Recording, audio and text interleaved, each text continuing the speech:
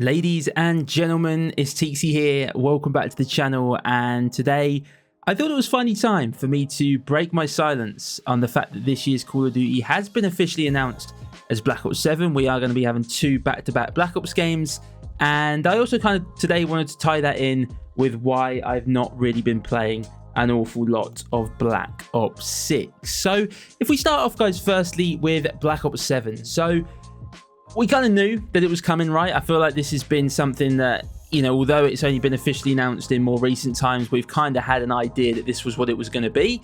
But when we kind of first started to hear the rumors about it, you know, they kind of were saying that it looked like wall running and jetpacks was going to be returning, right? Because it was found within the files of Black Ops 6, and of course Fringe, very classic map from Black Ops 3, is set to be returning in Season 4 Reloaded. So it kind of started to tie things together and felt like maybe they were finally going to be kind of moving away from this sort of tac sprint movement that we've had. Now, that has since been debunked, and the movement in Black Ops 7 is just going to be an evolved version of the Omni movement system, which really leads me to believe that Black Ops 7 is going to be Black Ops 6 2.0, or the game that Black Ops 6 should have been.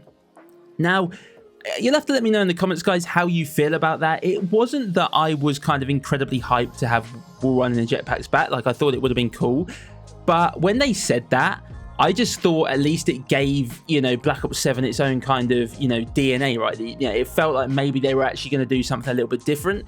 But now that it's kind of confirmed it's going to be an evolved version of Omni movement, whatever that means, it feels like, you know, we're just going to get, you know, Black Ops 6 again, right? But maybe fine-tuned, maybe fixing some of the issues that we've seen this year, but also maybe actually giving the game some serious post-launch support, right? Because that is where Black Ops 6 has really, really struggled. And once again, just kind of, it feels, does it not, like we're back in that scenario that we were in 2023, when they announced Modern Warfare 3, and then with the marketing, they did all these things saying they're going to fix these problems that MW2 2022 had. I wonder if we're going to see the same thing with Black Ops 7. Now, if we do, at least we know Black Ops 7 might be a better game, but it does start to make you think, right, is this now going to be the new normal moving forward? We're going to almost have like a gap year where we get a pretty poor title, and then the next year we get that game again, but better, with better post-launch support. I don't know. It's just kind of what I'm thinking at the moment. And you guys will have to let me know how you feel in the comments. Now, I do find it very interesting that apparently, and it's just a rumor at the moment, I've not seen this officially confirmed, that Sledgehammer might be doing the multiplayer for Black Ops 7, which is really, really interesting to me, because I'll kind of link it in a moment when I talk about Black Ops 6, but what on earth is going on with Treyarch, right? You know, I know they're not the same Treyarch they once were when Von der Haar was there, but like, if they can't do their own multiplayer for Black Ops 7, then I mean, what is going on? I mean, Sledgehammer did a great job in MW3 2023, and no doubt if they are doing the multiplayer for Black Ops 7, we may actually be in for a really, really decent year. You know, they might start, you know, push the content out and actually give us some decent maps, because they handled MW3 like really, really well. But at the same time, I just don't know what's going on with Treyarch, and that's where it now leads me to talk a bit about Black Ops 6 and kind of why I've not been playing the game, but also how I think this links in directly to the fact that we're getting Black Ops 7 this year. So I'll be completely honest, I've not been playing Black Ops 6 because I've just not been interested, right? I've just not wanted to play the game. I jumped on at the start of Season 4 and did one video, didn't really have a great time, and just after that was more interested in playing other games, right? I've just been exploring other areas of content as well recently, and, you know, I genuinely enjoyed Black Ops 6 when I played it in Season 3, right? And when I was pushing content out, that content did a lot better than I thought it would do, and it was kind of nice to see the Black Ops 6 content not completely die.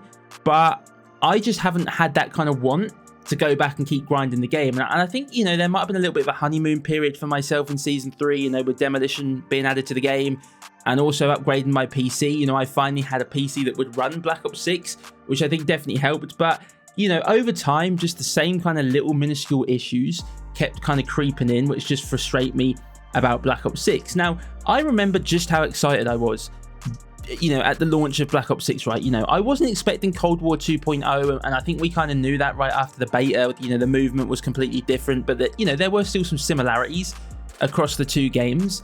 But just having Treyarch back in control and, you know, bringing back prestige and, you know, marketing that they were bringing back, you know, the classic 3-lane map design. You know, they even had like the interviews with, you know, people who worked there that said, you know, we've been thinking about the community and thinking about, you know, the classic 3-lane maps that people like. And it was like, yeah. And then we got given like some absolutely horrible maps. Like Black Ops 6 has got some terrible, terrible map design, you know, really, really terrible. And not only that, but like saying how realistic the game was going to be.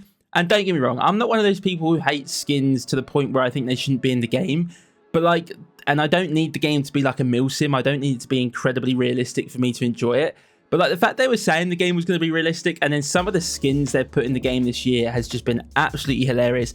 And outside of skins and bundles, the post-launch support for Black Ops 6 has been absolutely terrible. And I'll be completely honest, I'm just really disappointed, you know, in Black Ops 6 overall. I think it could have been such a better game. And, you know, I feel like we just got to the point now where, you know, COD starts to get a bit stale at this point every year, right? Because the new one's been announced and, you know, you're kind of looking forward to the new one. But it just felt for me like Black Ops 6 never really got going and then just never really recovered from, you know, the release. And it just, yeah, the post-launch support has been terrible.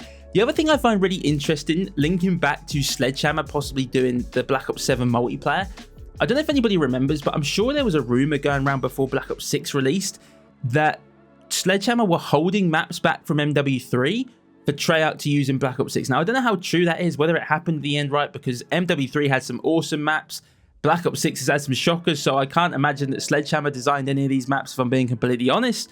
But what's going on with Treyarch, right? You know, they were getting help with maps at before the game even launched, and then they've still struggled to support the game. And it almost feels like their attentions have maybe been on Black Ops 7, and maybe there's just like a skeleton crew that are kind of, you know, just looking over the daily operations of Black Ops 6. There's literally no other excuse for how bad the post-launch support for Black Ops 6 has been. And look, we don't know until Black Ops 7 releases, you know, how that game's going to be, but I would bet a lot of money on the fact that Black Ops 7 will be better than Black Ops 6 and will receive better post-launch support. There's already rumors that we're going to be getting some remastered maps, right? Because this game's a direct sequel to Black Ops 2, and it just kind of feels like 2023 all over again. Now, you know, I think the frustrating thing about Black Ops 6 as well for me is I actually think the core movement and gunplay is actually really fun.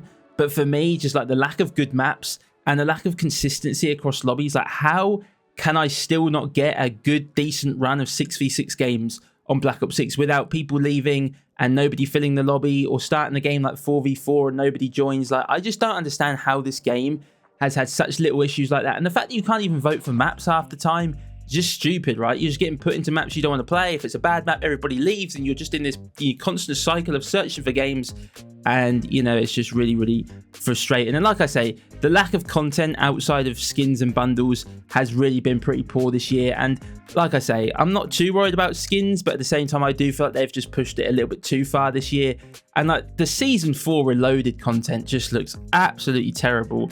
And like, you've got Fringe coming back, but I just don't think really anyone's going to be interested, right? Like, they've just waited way too long to put that map in the game. The other maps that came with Season 4 were pretty poor outside of the face-off map, which was kind of okay.